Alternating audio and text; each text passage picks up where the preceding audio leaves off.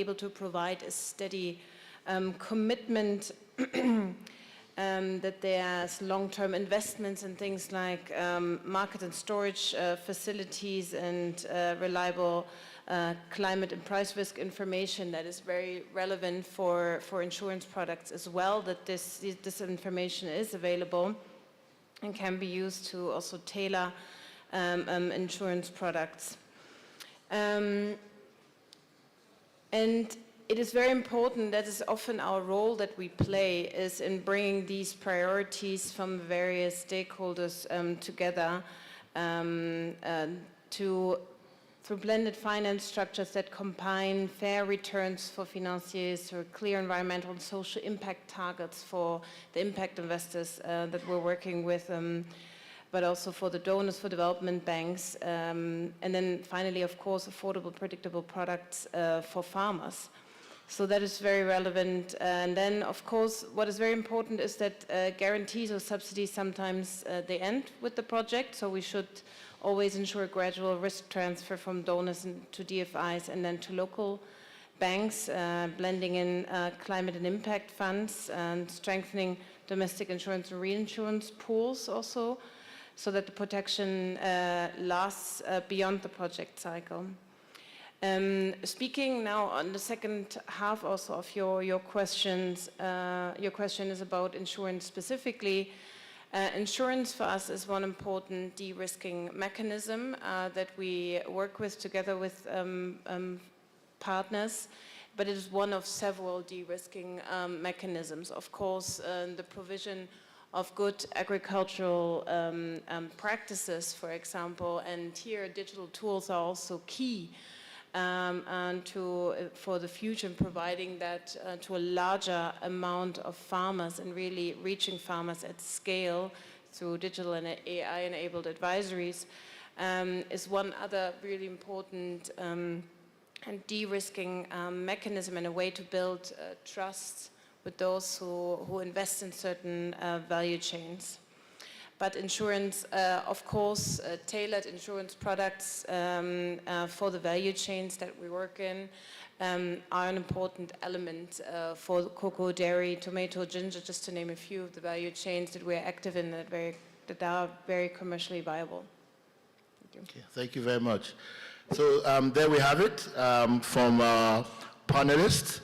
I think at this juncture, we can open it up for Q&As from the audience. So you've heard what they've said. If there are comments, questions, you are free to indicate by raise of a hand, and then once you're pointed to, you can, provide your questions. Okay. The fellow over there, I don't know if there's a mic. Well, I'm Prince Asalo Olusegun. My question goes to all the panelists there. I've heard from the Bank of Agric, insurance and what have you. But to an average farmer in this country currently, there is one very big problem that I've not had them touched while they are discussing. And that is the effect of climate change as it affects food production in this country. Whether north, east, west, a farmer will finish planting right now and the rain will stop. What do we do? That is the effect of climate change, because prior to this time, I'm a Westerner. In the West, we have 2 seasons, and it was constant. Today, we can't determine when rain stops or when rain starts. Therefore, no amount of fund that we might pump into agriculture to assure our food secured means we need to pay more attention to climate change. Even the headers farmers crisis that we have, if attention is paid to climate change, is going to mitigate a lot in stepping down the crisis. How? We are in September, right? We are in October right now. I can assure you that in the next 2-3 months, Cattle will be looking for food to eat. The little that remains will be off.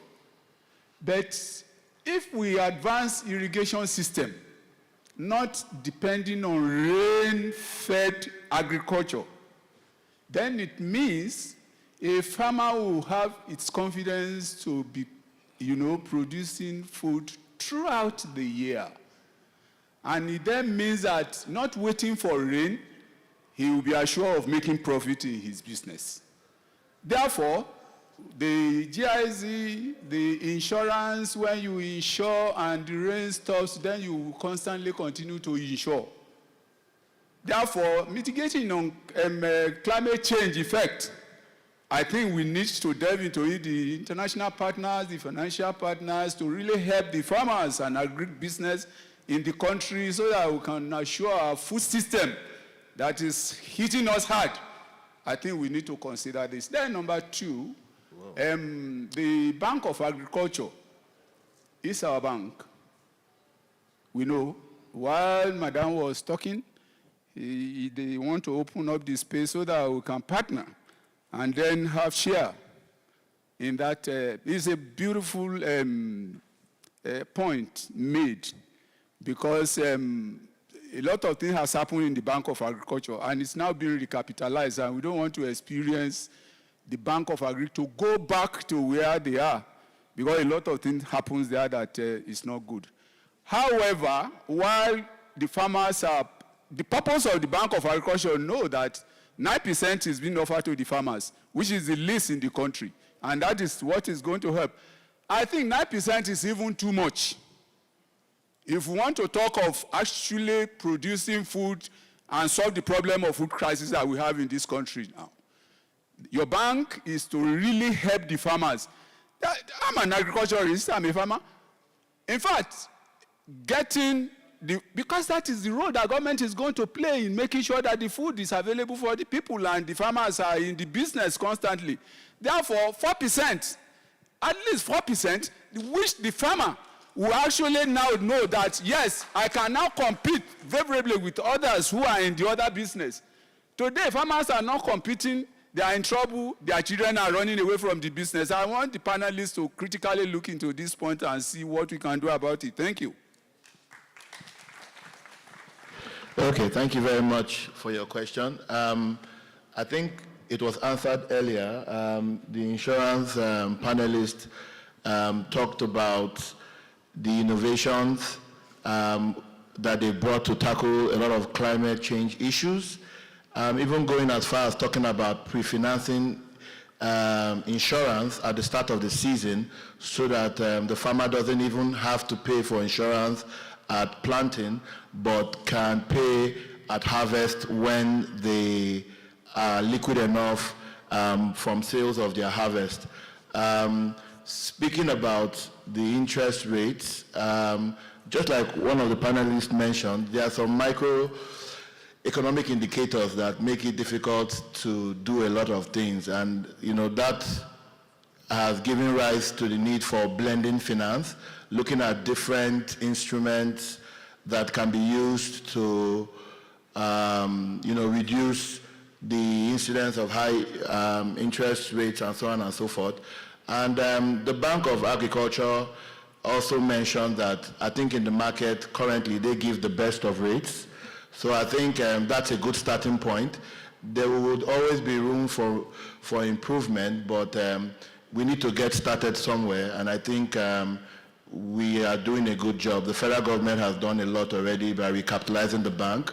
A lot of capacity building taking place, even targeted funds for smallholder farmers. So I think we're in the right direction. Hopefully, as time progresses, we would meet some of those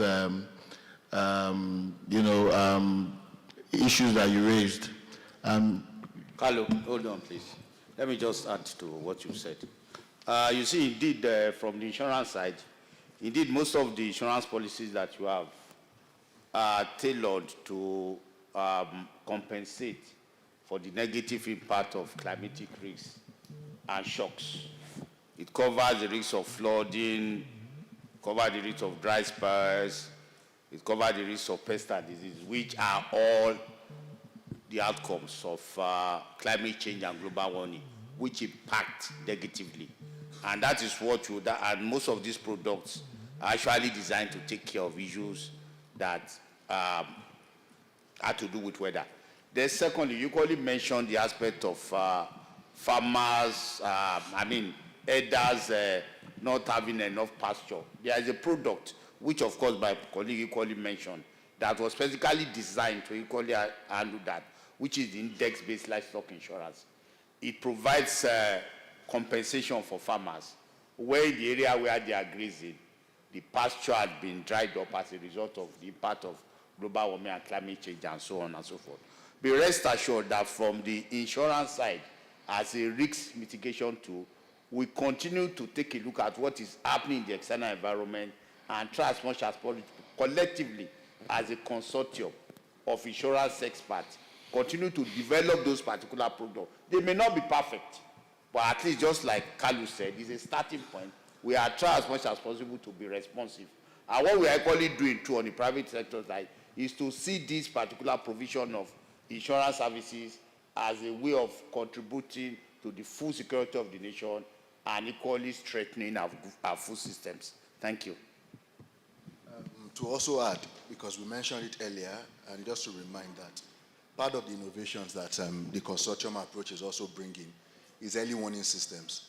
Essentially, beyond just compensating, we also realize that it's important that these risks do not crystallize. And so we can advise, working with NIMET and a few other partners, we can advise farmers on the best time to plant, the kind of varieties to plant. If we know that there's going to be early cessation of rainfall, you advise that they plant early maturing varieties, etc.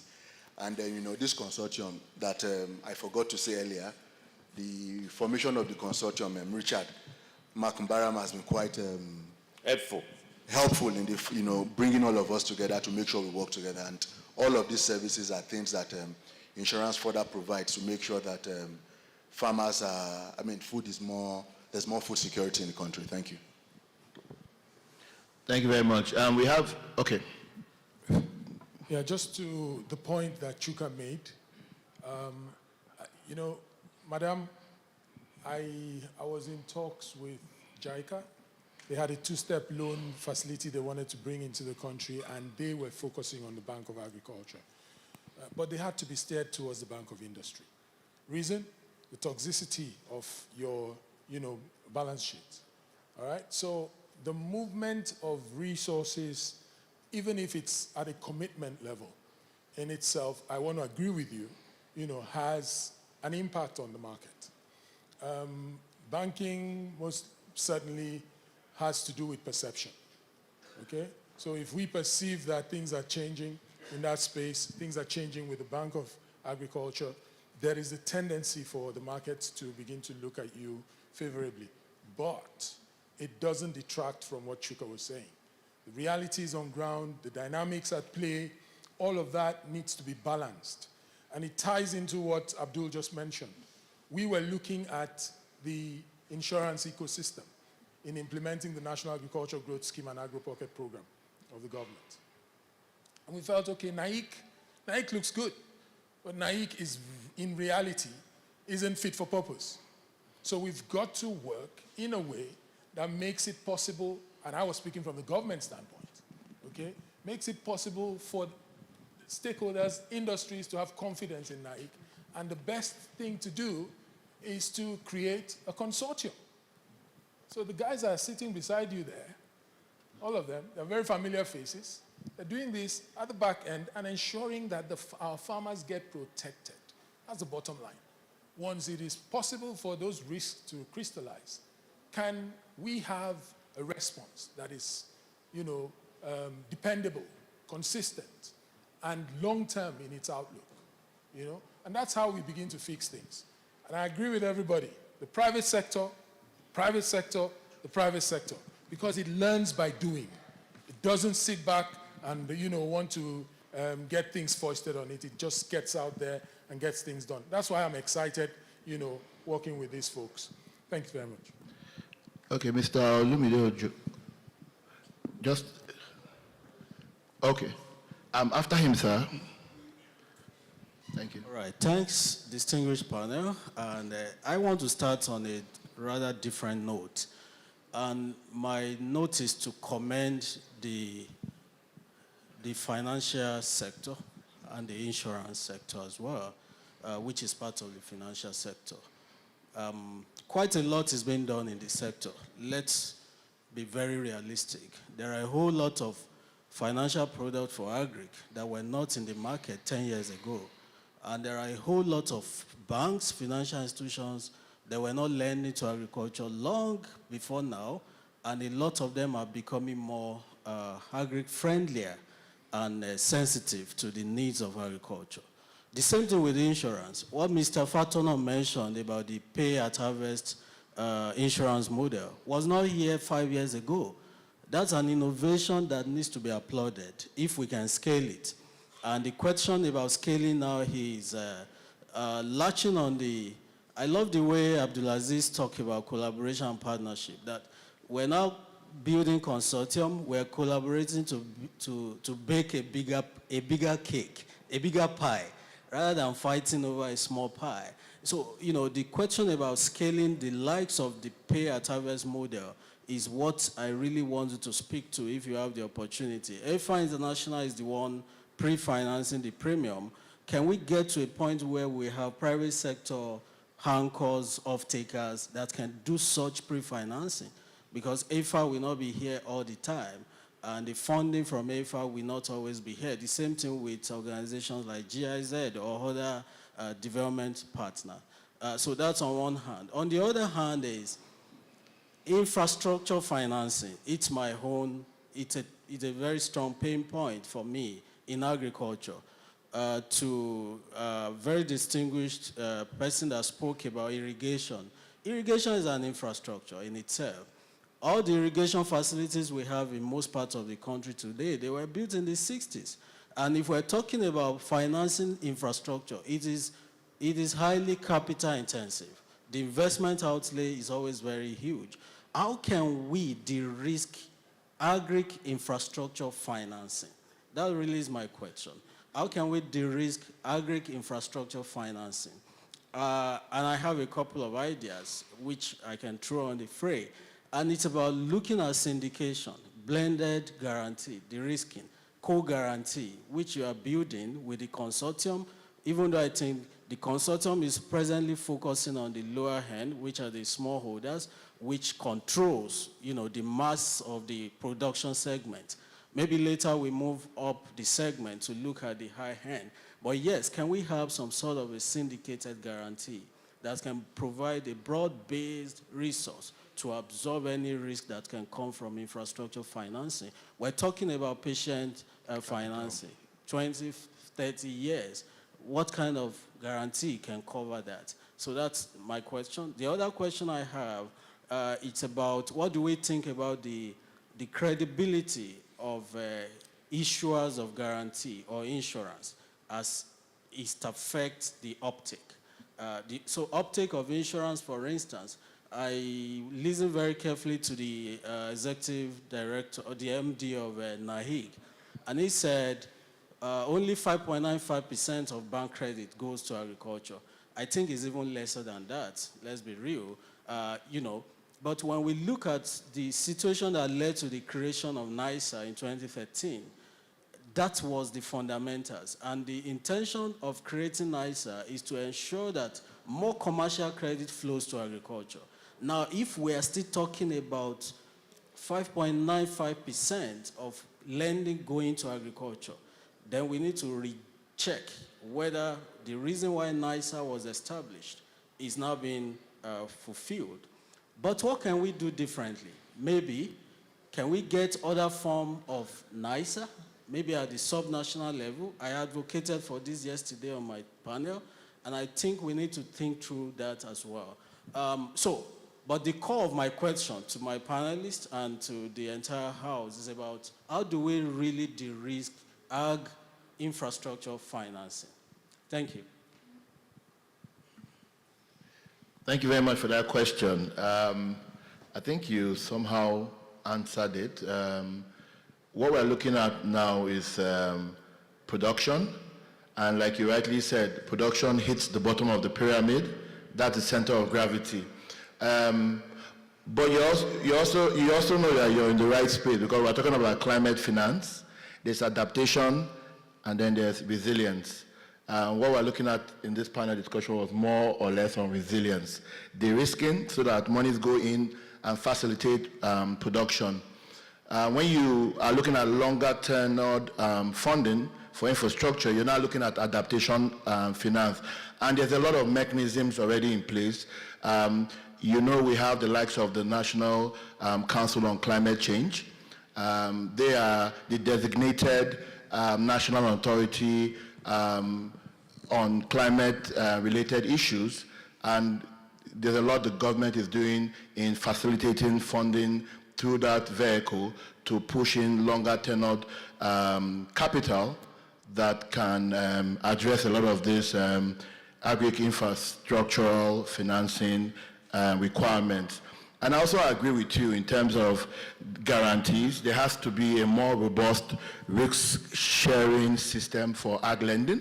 NASAL started off well, but I think there's need for more improvements. And I also think there's also stronger need for collaboration and partnership with the likes of NAIC and the private underwriters that we have here. But like we said, it's ongoing, it's evolving.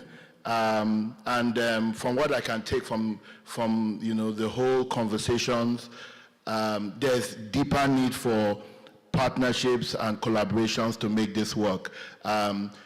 Everybody needs to come in with their expertise, galvanize, and get things done. But I don't want to be the only one talking. I don't know if anyone in the panel would like to chime in. Madam Bank of Agric, over to you. Yeah. Thank you very much, sir. You're going out. Okay, he's coming in. Thank you very much for the purpose of those of you, the development partners that don't know why our balance sheet is toxic. It's because of some beautiful programs by the federal government, one in 2013 on mechanization, and the second one was in 2015. That is the Ankoboros program. And government as a then, you know, the programs was very, very beautiful, and it was meant well for the Nigerians. Unfortunately, you know, so many things happened, and many people are involved, that the program was bad. So that was the reason why Bank of Agriculture has a toxic balance sheet. Because I don't want some other developer partners here to be scared of the bank, because you said JICA maybe ran away to BOI. Bank of Agriculture is a different bank now. We are doing things differently. Even the 250 billion that has been released to us just of recent, you know, we are going to do things differently. So Madam, that was right before you became so good looking as a bank. All right, ladies and gentlemen, I think we can give this panel a round of applause like no other. You know why I say so is that this is a fantastic conversation we've had so far. Folks are already sending me messages. Thank you for inviting us here. Oh, there is, yeah, I hear you, but there is someone online, right? She's still there? Just that we're hard pressed for time, but I think we will give you just a minute to make that point, sir. And I will stop you at the end of a minute. Be sure of that. Good afternoon, everyone. I think we are all here because of the farmers. And there's a simple question I want to ask the panelists to address. The farmer wants to know, where is his risk in the present situation we are, where the price of commodities is going down? How can you de-risk? Can we be able to pay even his premium? Thank you. Have the consortium considered the situation Thank you of very farmers? much. Thank you very much, sir. Thank you. Appreciate it. It's a good question. It's one that we can always address later. As we speak to you now, His Excellency the President is billed to address us. That information has come to us, and we are gearing up for the President's address. But before then, I want to very quickly recognize in our midst presidents with a small p. The AFAN president is here, Dr. Farouk Rabiu Mudi. And when I say AFAN president, I mean AFAN president. The AFAN president. You know, the courts have, you know, basically superintended over this matter and laid it to rest. President, please stand up. I think we should turn the camera to him so that everybody will see him and will know who the AFAN president is, the real one, by force of a court judgment, substantive, but then again we have to you know, recognize the fact that you submitted this process to the judicial, the course of, you know, adjudication. You didn't take laws into your hands. It is a very, very exemplary, you know, approach. We should all take a cue from it that this man, instead of taking, you know, things into his hands, actually, you know, went through the process. And he is here, the legitimate AFAN president, by force of a court judgment.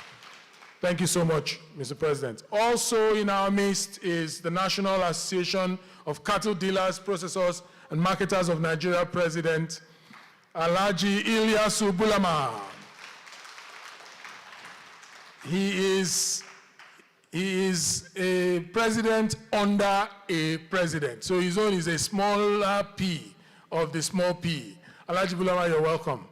The big P or the bigger small p is Alhaji Sharif Balogun. He's here, the president of the Federation of Agricultural Commodities Association of Nigeria.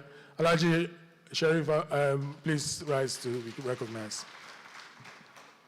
I have also the president of the Nigeria-Egypt Chamber of Commerce. Is here, Sain Lere. Sain Lere, please. Alhaji Lere is a man that, you know, I have known for a while now, and I can tell you that he's a man wearing multiple caps, from Nasima to, I mean, the whole 9 yards. Alhaji, you're welcome, sir. All right, ladies and gentlemen, let me do the honors. First and foremost, to release my panel.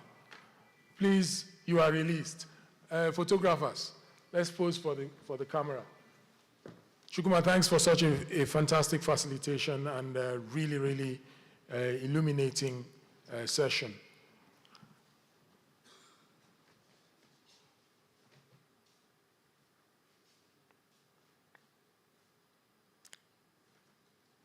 Are we good? All right. Excellencies, distinguished guests, ladies and gentlemen, at this juncture, I have the profound honor to introduce a leader whose vision is not just driving agricultural development in Nigeria, but is also pushing the wallet on the continent of Africa. This country, Nigeria, is at the heart of Africa, but agriculture is actually at the heart of the development of the continent of Africa. And a leader who is ensuring that the sector gets the kind of leadership that it deserves is one that every one of us as individuals in this room, every one of us as citizens of this country and of the continent should support. Under his leadership, Nigeria is charting a bold new path in food security, agribusiness investment, and continental partnerships, you know, framing. He is not just doing that for the continent, but he's taking it onto the world stage. The Africa Agricultural Dialogue Framework is happy to introduce to this forum none other than Asiwaju himself, the one who is leading on the front end. I hear them call him Jagaban of Bogu. So I will also add that title, the Jagaban of Africa, His Excellency, President Bola Ahmed Tinubu, GCFR, the President of the Federal Republic of Nigeria, ably represented by the Senior Special Assistant to the President on Livestock Development, Alhaji Idris Ajimobi. I don't want to say he's my very good friend because he's the President at this point in time, until he leaves this podium. Mr. President, sir. I'm sure we would all like to be called Mr. President, the big Mr. P. Good evening, ladies and gentlemen. A rising ovation, please. Yes.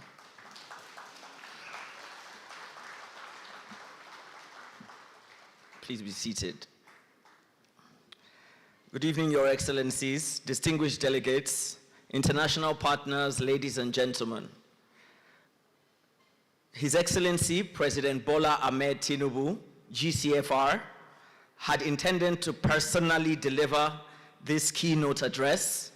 However, due to an upcoming three-nation visit for strategic engagements aimed at further positioning Nigeria as a leading player on the global stage, commencing on the 10th of October, he is unavoidably absent today.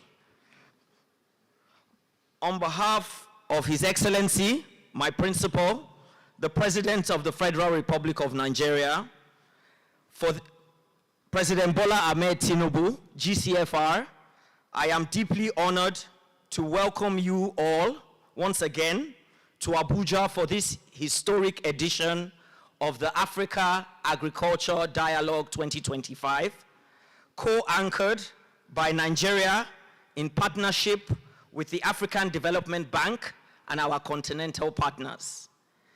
This gathering marks a defining moment, the first time the dialogue is being held on African soil and in our nation's capital. It is not just a privilege, but a profound responsibility for Nigeria to host this platform, where Africa speaks for itself, defines priorities, mobilizes resources needed to feed its people. Unlocking Africa's agricultural future. Across our continent, agriculture remains both the backbone of our economies and the bridge to our shared prosperity. Yet, access to finance continues to be one of the single greatest obstacles between Africa's potentials and its performance. That is why the theme of this dialogue, unlocking finance for agricultural transformation in Africa, could not be more timely. It invites us to rethink how capital flows into agriculture, how risk is shared, and how finance can move from being a barrier to becoming a catalyst for transformation. Our commitment and reform so far, under the leadership of President Tinubu, GCFR, Nigeria has embarked on bold reforms to reposition agriculture as a driver for growth and security. These include the declaration of a state of emergency on agriculture, the creation of the Federal Ministry of Livestock Development, and the recapitalization of the Bank of Agriculture, a clear signal that agricultural finance is a national priority, not an afterthought. Through these efforts, Nigeria is demonstrating that effective policy and institutional reforms can unlock its financing pathways that our farmers and agribusinesses desperately need. As such, we believe livestock is imperative. As we discuss financing, we must remember that agriculture is not complete without livestock. Across Africa, livestock sustains millions of livelihoods, contributes significantly to GDP, and supports nutrition and trade. Yet, it remains grossly underfinanced. Nigeria's goal at this dialogue is to ensure livestock takes its rightful place in Africa's agricultural financing agenda. We are developing a livestock finance and insurance framework designed to de-risk investments, strengthen animal health systems, and build value chains that create jobs and exporting opportunities. When we invest in livestock, we are not just supporting farmers, we are investing in communities, in resilience, and in the very backbone of rural Africa. For our partnerships of impact, transformation will not come through public policy alone. It requires partnerships between governments, developmental banks, private investors, and the farmers themselves. I commend the African Development Bank for its leadership and unwavering commitment to financing Africa's growth. Together, we must align our efforts around one shared goal: mobilizing sustainable capital for Africa's food systems. Distinguished guests, as a call to action, as we conclude this two-day dialogue, I urge all participants to continuously focus on solutions that are practical, scalable, and inclusive. Let us leave Abuja with a clear roadmap for mobilizing and managing agricultural finance, commitments to strengthen blended finance, insurance, and credit systems, and a renewed determination to make agriculture and livestock truly bankable sectors. This dialogue must not end in conversation. It must lead to commitments, capital, and concrete outcomes. In closing, let me reaffirm Nigeria's unwavering commitment to working with our continental partners and the African Development Bank to build an Africa that feeds itself, finances itself, and defines its own future. This renewed hope administration will continue to work closely and hand in hand with the African Development Bank and other key partners to bring the compact to life, ensuring full and coordinated support for Africa agricultural dialogue process. Together, we can transform our shared agricultural vision by unlocking finance, empowering our farmers, ensuring that no community is left behind. We can position Nigeria as regional leaders in livestock sector. May God bless the Federal Republic of Nigeria, the African continent, and the work of our hands. Thank you all so much.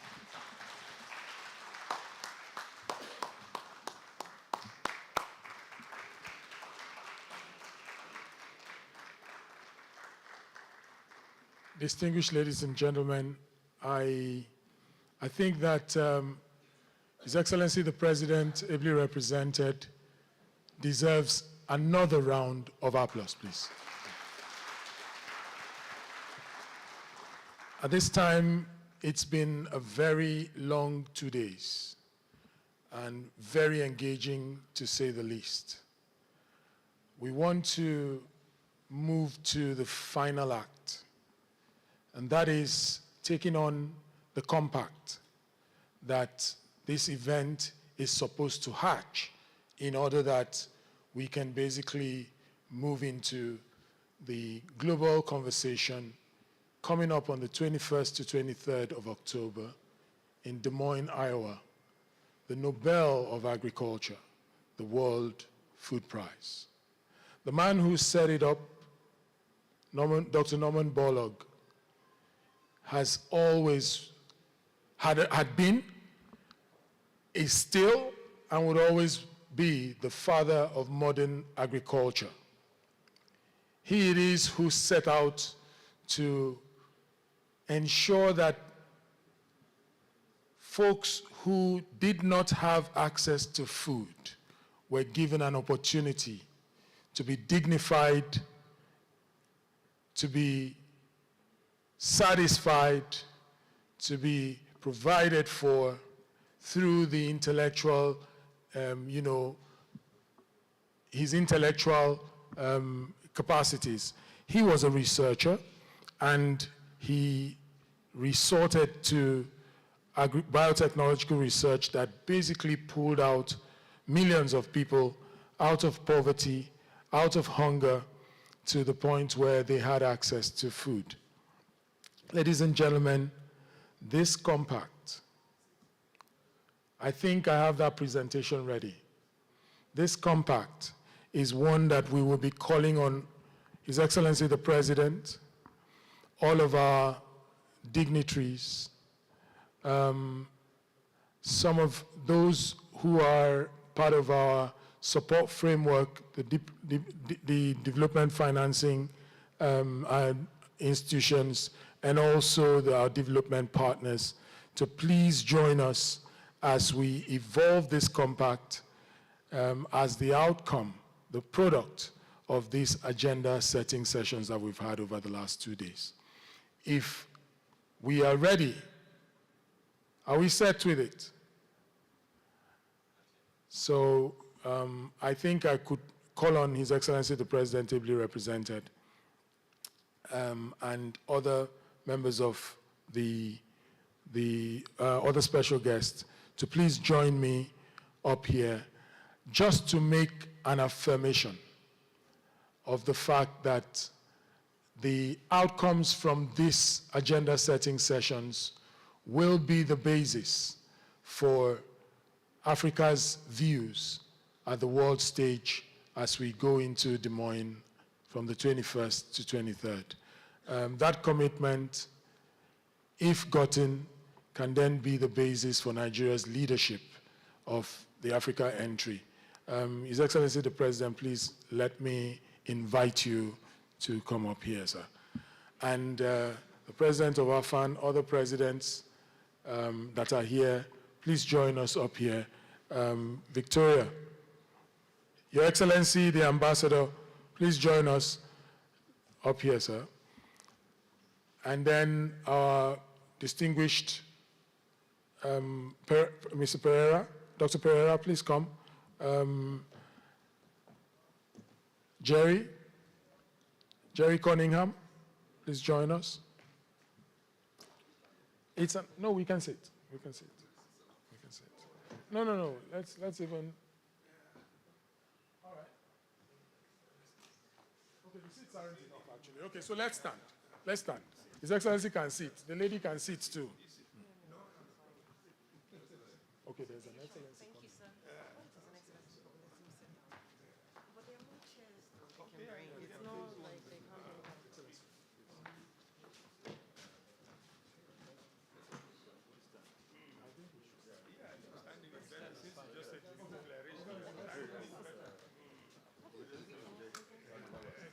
I think it's the President that would need to voice, the affirmation of the compact. And that will be shared. It's just being finalized. It will be shared just to save our time.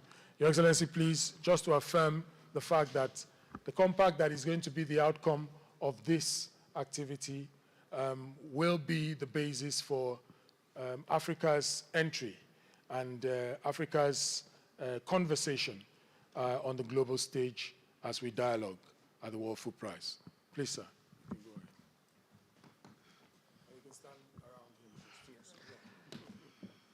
I hereby affirm that the compact, what was I meant to affirm? It's a compact. Yes, okay, yes. and the compact will take place in... The compact is the outcome of this. Sorry, forgive me. Yes, so I'm here to hereby affirm that the compact and collaborations and partnerships made today will be the basis for our trip to the further conversations that will be had at Des Moines, Illinois, the World Food Prize event coming up on the 21st of October, and we look forward to seeing everybody there as well. Thank you so much. Please. Well done.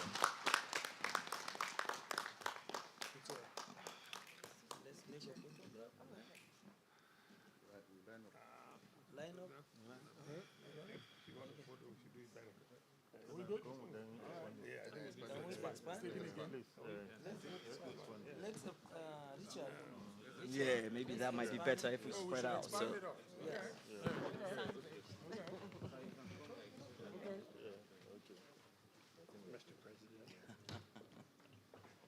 if you help me.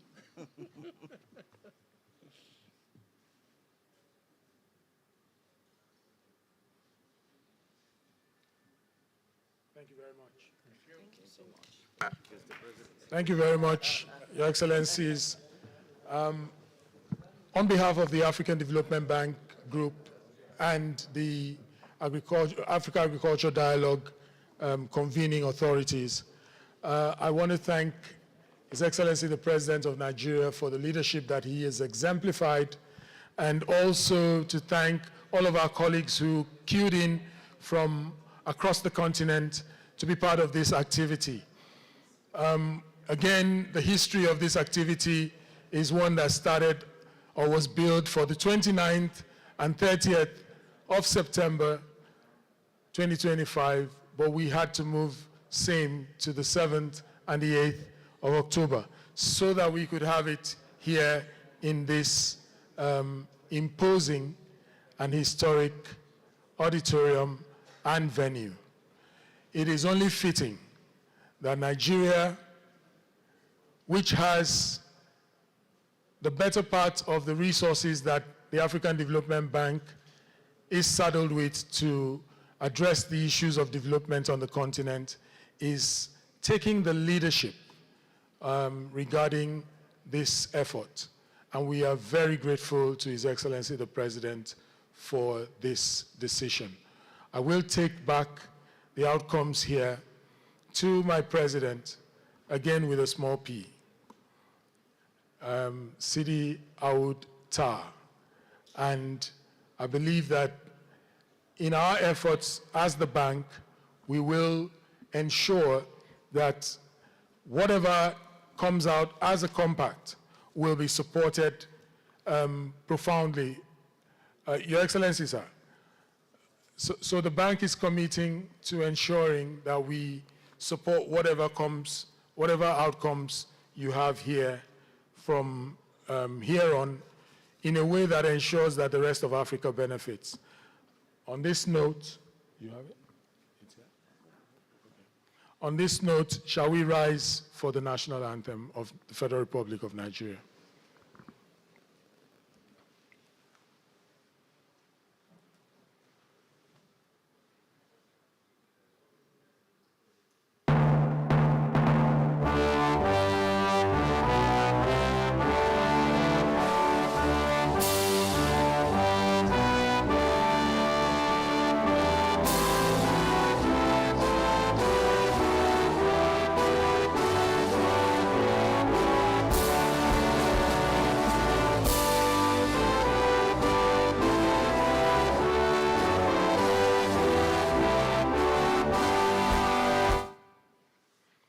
Thank you very much, ladies and gentlemen. As you travel, as you leave here, may you do so safely. And may we continue to advance the prospects of the agricultural sector of Africa.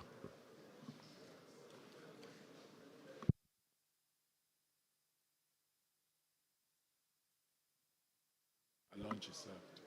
They should go for lunch. Your Excellencies, distinguished ladies and gentlemen, please, you can now proceed to have your lunch. Lunch is ready.